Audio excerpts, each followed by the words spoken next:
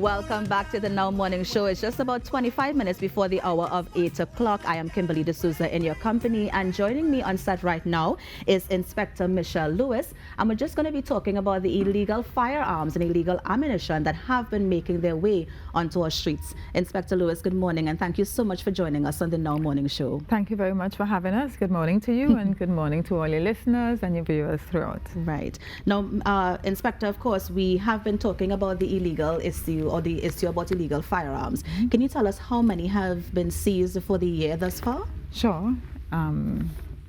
Through the information that I received from CAPA, which is the Crime and Problem Analysis Department of the Trinidad and Tobago Police Service, so I'm going to give you some data that is scientific and which we can rely on.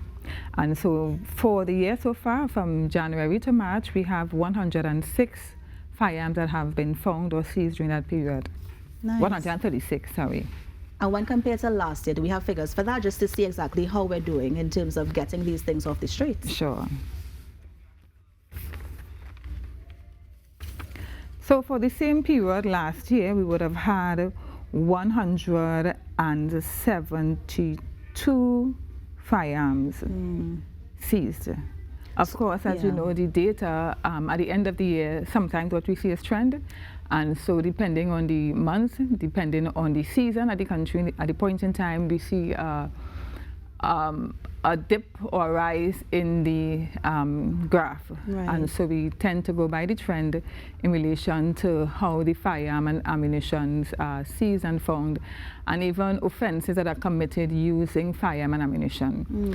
Though we would have had 136 firearms found, we would have had about 2,970 rounds of various caliber firearms that has been seized and found from the police service. In particular, we've had, in relation to .9 mm, 1,029 rounds were found. We have also seen that the types of firearms that are used to commit offenses are not the ordinary small firearms that we used to experience before. We are now seeing high-power rifles, submarines being used, and we are also seeing where the police officers in these divisions are treated with it. And we are seeing, for example, in Northern Division, I think we see 2 submarines. That was this year? Yeah, and wow. In Central and Southern Division, I know we had 24 Central 17 rifles for the year so far. That's from January to March. And March hasn't even finished as yet? And March hasn't finished as yet. Wow. We do have, it is difficult to be able to trace the amount of illegal firearms simply because it is illegal and it comes through all ports, right?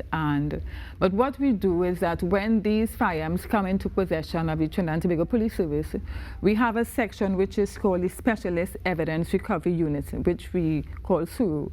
And in that department, what we do is that we have ballistic testing.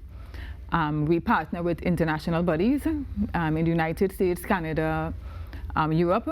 And so we are able to determine where the firearm was manufactured, if it was used for any other type of offense outside of Trinidad and Tobago and that kind of thing. So even though we may get it after, we are able to collate some good data that will be able to assist us. Wow. And give us some good footing as we treat with firearm and firearm offenses. Now, Inspector, in terms of these illegal firearms, can we find a connection to how many homicides would have happened because of these firearms? Yes, we have about 75% of the homicides are as a use of illegal firearms. And what is the police service, doing to get these guns off the streets? Well, as you know, we would have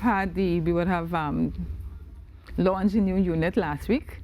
And that unit is in particularly to treat with the amount of illegal firearms and ammunition.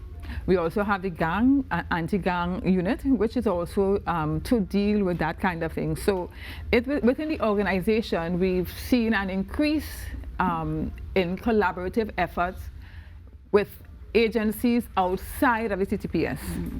So that is not just the TTPS, but also in the law enforcement agencies. So we see the Defense Force on board. Of course, you see Custom and Excise. You would have known of the large bus that it had about 2 weeks ago. Yes, yes. And so that we see that partnership taking place. So it's working well. It is working well in relation to what we want and what we have projected in our operating plan for 2022. Now, Inspector, in terms of an amnesty program, like let's say I know somebody with an illegal firearm, or somebody wants to get this illegal firearm out of their hands, is there any way they can just come and drop it without being, charged for possession or anything? Well, the amnesty plan generally is something that is mandated by the government, and so we are guided by whatever the government has out there. As far as I am aware, there is nothing official in relation to an amnesty plan per se in the official context of the word. However, we do have the facility of 555, 999, where persons, if they know something and they see something, they say something, and so that the police will act on it, and we will definitely go and seize and find that firearm, and place it, in capable hands, out of the hands of persons that could commit crime. Right. Yes. Now, Inspector, there was a unit. Is it that they have to resume operation soon? I think one of the units that would have been trying to as well get these illegal guns off the streets. Well, there was a unit not trying to get illegal guns off the street, but the Firearms Section perhaps is what you speak of. Yes. And the Firearms Section was closed a period of time, as we know, and it is expected to resume operation at the beginning of April, tentatively. And so what the Commissioner of Police and the executive and the organization within itself, we are going to treat with those applications that are inside, so that persons who would have applied to have a firearm and ammunition legally, those applications will now start to be processed, and so that those who are in the pipeline, we can see some conclusions to some of the investigations, and it being treated by the Commissioner of Police. Yes. Now, Inspector, we were talking off air, and I know that you told me, I think 5 prisoners escaped from, was it Golden Grove Prison last night? Can you just provide us with an update on that? Yes, well, we do have, that incident did happen, and the Aruka Golden Grove Prison. One was recaptured shortly after, perhaps about 45 minutes thereafter. I also have information, we also have information that 2 persons are now being, the police in the Northern Division are treating with 2 who are possibly not wanting to give much information on air, but there are 2 persons within Northern Division at this time that they are seeking to recapture within the Northern Tunapuna Police Station District. Right, okay. So there's 1 was recaptured, 2 they're trying to, and 2 might still be out, who they're trying to get now, back. We're asking the members of the public to, if you know these persons and you have information, please bring that information to the police. We do not want that you are harboring a fugitive, or that you are an accomplice to a crime or any such thing that would cause you and your family members to be arrested. So we are encouraging members of the public, if you see anything, please notify the police, call 555, call the station districts, and we will treat it in a very professional manner, and of course for the safety of everyone. Wow. And Inspector, as we close, because we only have a few more seconds, anything else you want to add before we close? Well, it is always important that where we have such increase in numbers in relation to firearm ammunition, that the public partner with us. For these firearms and ammunition to be used, they are being used by somebody, and it would be hidden in some location, in somebody's house, in somebody's yard.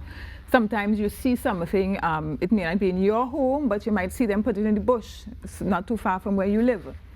So the information can be shared anonymously, so that your life is not at risk if you think it would be, and so that we are able to remove some of the illegal firearms and ammunition that we have on the street that are really causing the increase in the homicide rate right now, and it is something that we are treating with urgently. Right. Yeah. Thank you so much, Inspector Lewis, for coming and just sharing a little bit about what the police service has been working on to rid our streets of these illegal firearms. Of course, Inspector also informed us that there were 5 prisoners who escaped from the Golden Grove prison. 1 has been recaptured. They're working to, seize or capture the other 4. So please be on the lookout for those prisoners. And of course, if you do have any information, please call the nearest police department or 555.